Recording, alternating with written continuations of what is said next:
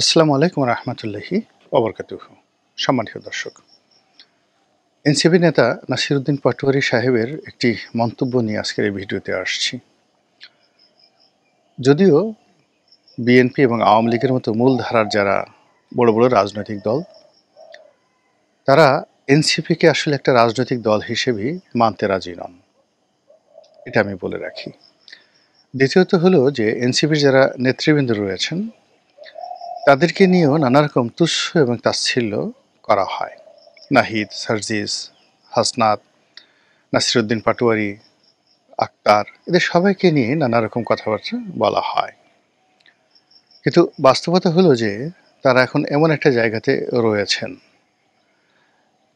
এই জায়গার কারণে কি হলো, রাষ্ট্রশক্তির যে সম্মিলন বা সমর্থন, সেই সমর্থনের কারণে তাদের কোনো কথাকেই তুচ্ছ তাচ্ছিল্য করাটা নির্বুদ্ধিতা।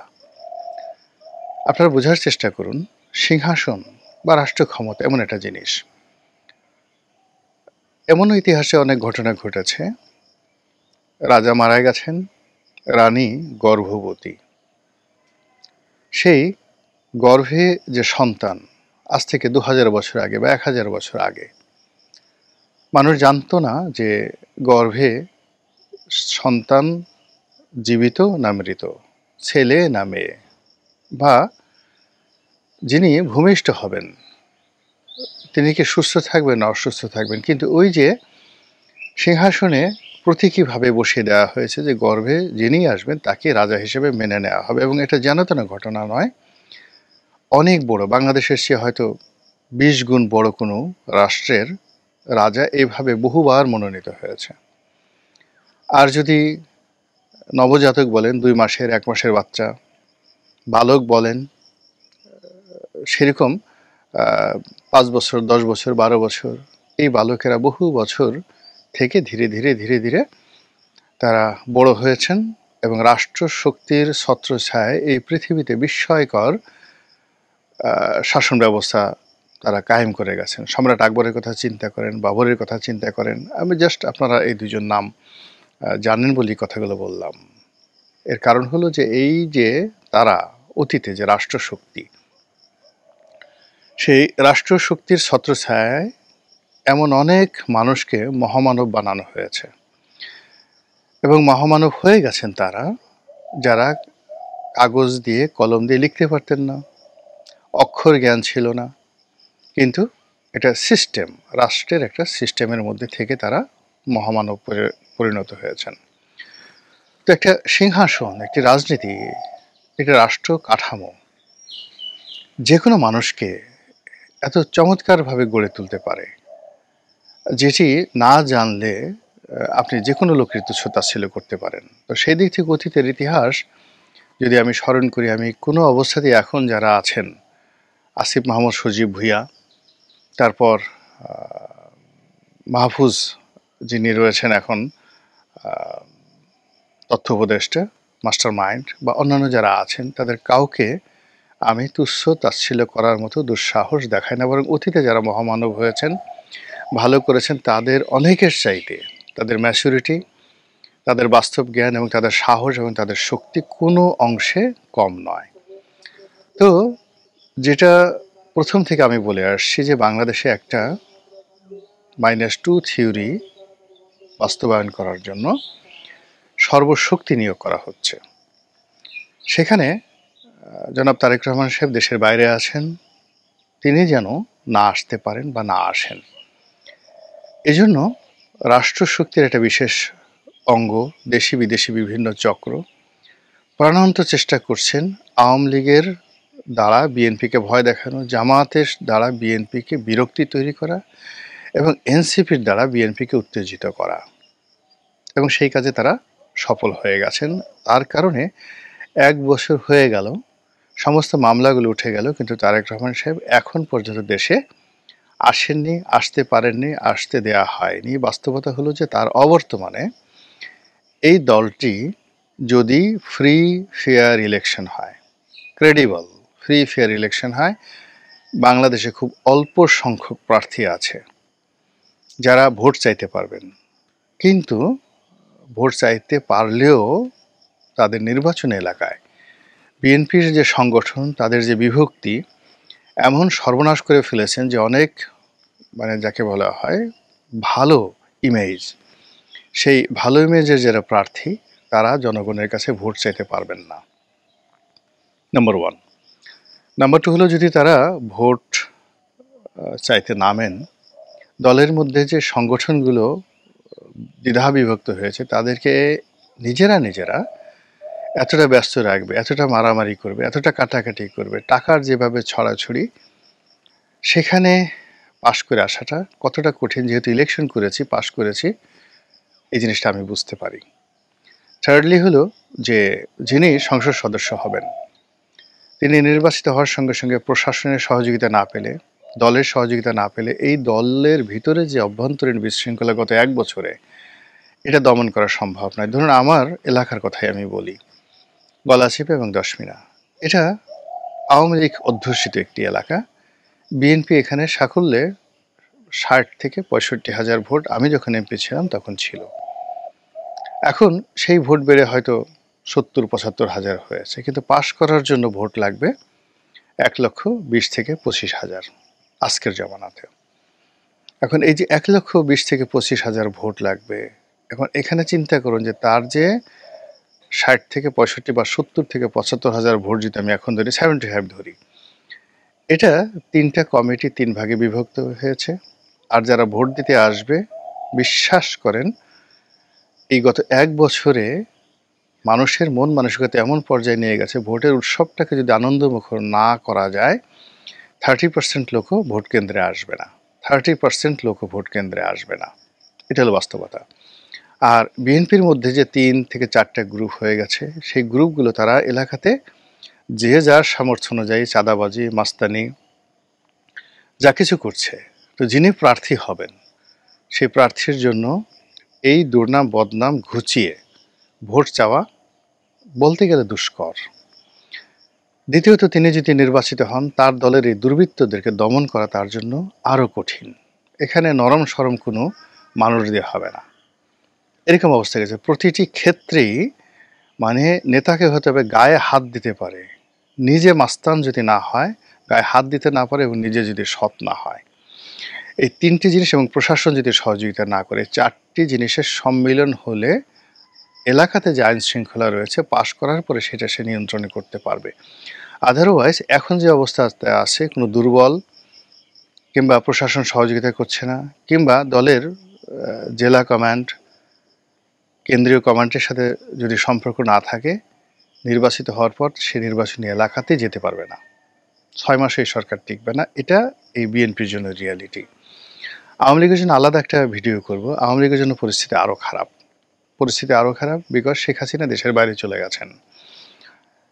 তিনি সেখানে যত কথাই বলেন আর যত ঝুটিকা মিছিলে হোক না কেন, আলটিমেটলি কোনো রাজনীতির ইতিহাসে এত দ্রুত এখানে ফিরে আসার কোনো নজিরই নেই। এটা নিয়ে আমি আলাদা একটা ভিডিও করব। তো সেই দিক থেকে মাঠের যে পরিস্থিতি, সেই পরিস্থিতিতে আমরা এনসিপিকে যত দুর্বল মনে করছি, জামাতকে যত দুর্বল মনে করছি, চরমোনাইকে যত দুর্বল মনে করছি, নির্বাচনের শিডিউল ঘোষণা করে দেখেন, দুর্বলতাটা অতটা থাকবে না। দ্বিতীয়ত, এখানে যে জিনিসটা হচ্ছে যে ভোট কেন্দ্রে তো যদি বিএনপি দুর্বল থাকে, আওয়ামী লীগ নেই, আপনি কোনো অবস্থাতেই 5% to 10%-এর বেশি ভোট কেন্দ্রে ভোটার আনতে পারবেন না। শত চেষ্টা করেও কেউ আসবেই না। প্রার্থী যদি না থাকে, বিএনপি আওয়ামী লীগ 2 প্রার্থী যদি না থাকে, কোনো ভোটের মাঠে উত্তেজনা হবে না, ভোট কেন্দ্রে ভোটার আসবে না। আপনাকে কি করতে হবে? সিল পিটাতে হবে, রেজাল্ট শিট তৈরি করতে হবে 14, 18, 20-এর মতো। অর্থাৎ আওয়ামী লীগ এবং বিএনপি যদি পূর্ণ উদ্যমে মাঠে না আসে, পুরো রেজাল্ট শিট তৈরি করে রেজাল্ট ঘোষণা করতে হবে। এর বাইরে অন্য কোনো ব্যবস্থা নেই। তাহলে কি হবে? লোকজন রাস্তায় নেমে আসবে, ঘোড়ার ডিম আসবে, কেউ আসবে না। 2014-তে আসেনি, 18-তে আসেনি, 25-এও 24-এও আসেনি, কেউ আসবে না। ঘরে বসে বসে তামসা দেখবে আর গালাগালি করবে, চায়ের দোকানে গিয়ে বলবে কি হলো, অথচ নিজেরা ভোট কেন্দ্রে যায়নি। 5 ভাগ, 7 ভাগ, 8 ভাগ লোক যদি ভোট কেন্দ্রে যায়, আর আপনি যদি ভোট কাউন্ট দেখান 60-65 ভাগ, তাহলে কি হচ্ছে? আপনি ব্যালট বাক্স পূর্ণ করলেন, সেই ব্যালট বাক্স গোনার সময় আপনার থাকবে না। এর কারণ হলো লোক নেই তো, আপনার ভয় থাকবে। আপনি শুধু ব্যালট বাক্স ভরে রেখেছেন, তো আপনার গোনার সময় থাকবে না। আপনার হাতে একটা রেজাল্ট থাকবে, একটা রেজাল্ট শিট থাকবে। সেই রেজাল্ট শিটে সবাই স্বাক্ষর করবে। স্বাক্ষর করার পর আপনি ঘোষণা দিবেন। এর বাইরে এখন যে পরিস্থিতি, সেই পরিস্থিতিতে ফেব্রুয়ারিতে নির্বাচন হোক কিংবা 1 বছর পরে নির্বাচন হোক, এরকমই রেজাল্ট হবে। তো সেক্ষেত্রে রেজাল্ট যদি তৈরি করা থাকে, সেই রেজাল্ট যারা তৈরি করেছেন, যারা ক্ষমতায় আছেন, তাদের ইচ্ছার উপর নির্ভর করবে, তাদের দয়া এবং করুণার উপর নির্ভর করবে। ফলে বুঝতে পারছেন যে নাসির উদ্দিন পাটোয়ারিরা যখন কক্সবাজারে গিয়ে বলছিলেন যে বিএনপি 50 থেকে 100টা সিট পেতে পারে, সেই কথা তারা বলেছিলেন। তখন আমি বলেছিলাম যে দুনিয়ার কেউ সমর্থন না করলেও আমি এই যে নাসির উদ্দিন পাটোয়ারির যে বক্তব্য, এটাকে আমি উড়িয়ে দেই না। এবং তখন আমি বলেছিলাম যে পরিস্থিতি যদি আরও অবনতি হয় এবং এরা যদি, অর্থাৎ এনসিপির যারা লোকজন রয়েছে, তারা যদি টিকে থাকে আর বিএনপি যদি এইভাবে চলতে থাকে, তাহলে আগামীতে নাসিরুদ্দিন পাটোয়ারিরা এই বিএনপির যে ভোট বা সিট, এটা কমাতে থাকবেন এবং তারা প্রধান বিরোধী দল বিএনপিকে রাখবে কি না, এটি নিয়ে তাদের মধ্যে অনেক মতদ্বৈততা দেখা দেবে। দেখেন, আমি যে কথা বলেছিলাম, ওই গোপালগঞ্জ যে ঘটনা ঘটলো, নাসিরুদ্দিন পাটোয়ারিরা যখন কক্সবাজার গিয়ে সালাউদ্দিন সাহেবের বিরুদ্ধে বক্তব্য দিলেন, ঠিক সেই সময়টিতে কিন্তু এখন এই অল্প কয়েকদিনের ব্যবধানে আবার সেই নাসিরুদ্দিন পাটোয়ারি বলছেন যে তারা 150টা সিট পাবেন। তো তারা যদি 150টা সিট পান, তারপরে বিএনপি 50-এর চেয়ে কম সিট পাবে, তাহলে তো বিরোধী দল বিএনপি হলো না, সেখানে জামাত বিরোধী দল হতে পারে। বোঝার চেষ্টা করুন যে কথাটা কোন দিকে যাচ্ছে। এবং এই যে এখন এত কিছুর পরে ডক্টর মোহাম্মদ ইউনূস আমেরিকাতে গেলেন, সেখানে অনেক কিছু ঘটনা ঘটলো, সেখানে ডিম মারা থেকে শুরু করে অনেক কিছু ঘটনা ঘটছে, কিন্তু মূল ব্যাপার হলো তাদের যে গতি, এটা তো আপনি থামাতে পারেননি, তাদেরকে আপনি বিষণ্ণ করে দিতে পারেননি, তাদেরকে আপনি স্তব্ধ করে দিতে পারেননি, তাদের চলার পথ আপনি বন্ধ করে দিতে পারেননি। তারা সবসময় প্রিভিলেজড। তারা যখন আপনাকে ডাকছে, বিএনপিকে ডাকছে, জামাতকে ডাকছে, তারা চরমোনাইকে ডাকছে, সেটা ডক্টর মোহাম্মদ ইউনূস হোক, এনসিপি হোক, আপনি সেখানে রেসপন্ড করছেন।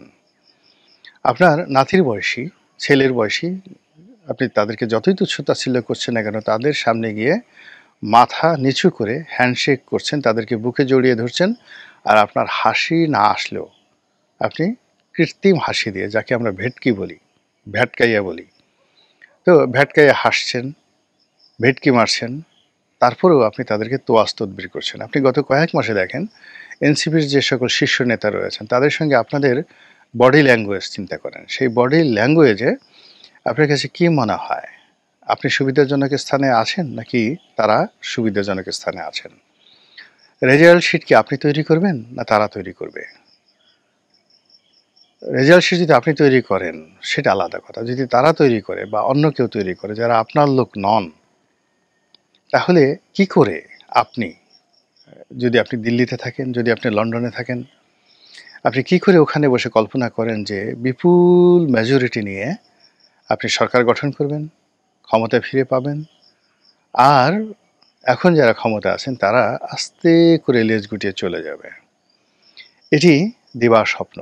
ক্ষমতা কেউ ছাড়ে না, আর ক্ষমতা এমনি এমনি কখনো কারো কাছে আসে না। প্রতিটি ক্ষমতার পেছনে একটি সংঘবদ্ধ চক্র থাকে, একটি উৎসাহ থাকে, একটি উদ্দীপনা থাকে, বহু বছরের সংগ্রাম থাকে। শেখ হাসিনা যে চলে গেছেন, তার বিরুদ্ধে যে ম্যাটিকুলাস যে ডিজাইনের কথা বলা হচ্ছে, এই ডিজাইন অবশ্যই ছিল, এবং এই ডিজাইন একদিন দুই দিনের নয়, বহুদিনের। হয়তো সেই 2008 সন থেকে, ক্ষমতা আসার আগের থেকে। এখন সেই ডিজাইনটা ধীরে ধীরে ধীরে ধীরে আজকে এমন একটা পর্যায়ে চলে এসছে, এর সঙ্গে civil bureaucracy, military bureaucracy, judiciary, এরপরে ছাত্র যুবক, ঢাকা বিশ্ববিদ্যালয় থেকে শুরু করে সমস্ত পাবলিক বিশ্ববিদ্যালয়ের যারা এই মুহূর্তে ক্ষমতা দখল করে আছে, তাদের জীবন, জীবিকা, প্রাণ অনেক কিছু নির্ভর করবে। শেখ হাসিনা যদি ফিরে আসেন কিংবা বিএনপি যদি ক্ষমতা আসে, আপনার কাছে কি মনে হয় পরিস্থিতি এমন থাকবে? এখন বিএনপি যে সহ্য করছে, যেভাবে সবকিছু অ্যাবজর্ব করার চেষ্টা করছে, এটা থাকবে না। ক্ষমতা গ্রহণ করার পরে প্রথমে বলবে আগে একটা ডলা দে, ওকে একটা বাটাম মার। এবং এই যে তারা যারা এই আন্দোলনের হর্তাকর্তা,